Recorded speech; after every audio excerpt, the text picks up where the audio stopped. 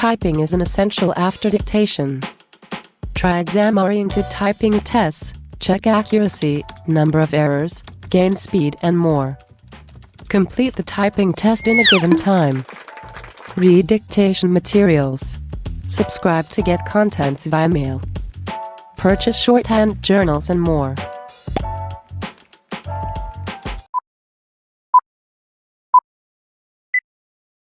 The delicate but peaceful transition of power in Somalia earlier this year, after the delayed but successful completion of the legislative and presidential elections, had raised hopes that the conflict-stricken country in the Horn of Africa was finally moving towards some political stability.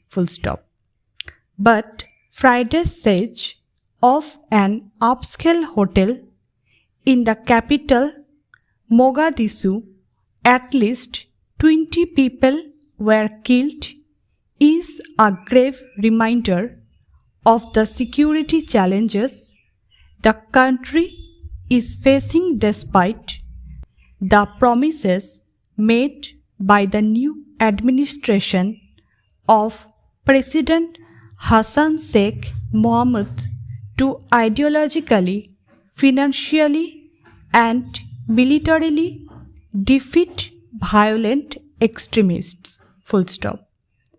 Armed militants stormed the hotel and took several civilians hostage before security personnel ended the siege about 30 hours later, as claimed by Al-Shabaab. This Al-Qaeda affiliated terror outfit, which controls much of southern and central parts of Somalia, has repeatedly targeted civilians and security personnel in government-controlled territories. In recent years, despite international counter-terror measures, Al-Shabaab has grown in strength, cashing in on the humanitarian crisis in Somalia and the security crisis in neighboring countries. According to a 2020 report, it collects more revenue than the government has built one of the strongest terrorist machineries in the continent and is now seeking to expand its influence across the Horn of Africa. Somalia has long been called a failed or fragile state. It has also seen one of the biggest failures of international counter-terror operations. Civil conflicts in Somalia can be traced back to the dictatorship of General Said Barre.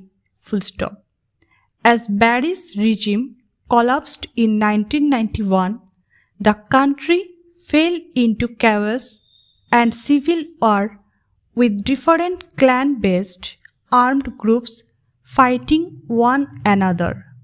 Since then, Somalia has seen several attempts to form a stable state and regional and international interventions to establish security, but none has proved successful. Al-Shabaab emerged from this chaos and went on to become what it is today. Part of the problem is that the government's reach does not run in regions beyond the capital.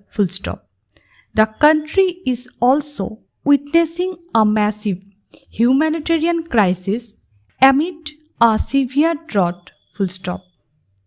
As state institutions remain fragile and dependent on the mercy of international donors, it is easy for the militants to retain their territorial fiefs. Full stop. There are no magic bullets for Somalia's woes. Full stop. But to begin with, the federal government in Mogadishu and its regional and international backers should have a comprehensive security and crisis response approach. Full stop.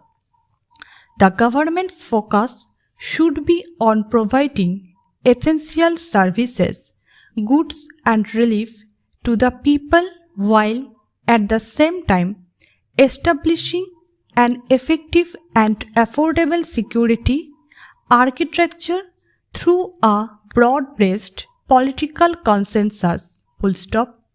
Both state building and counter-terror operations should be carried out side by side, and the international community should generously back Somalia in its fight for survival.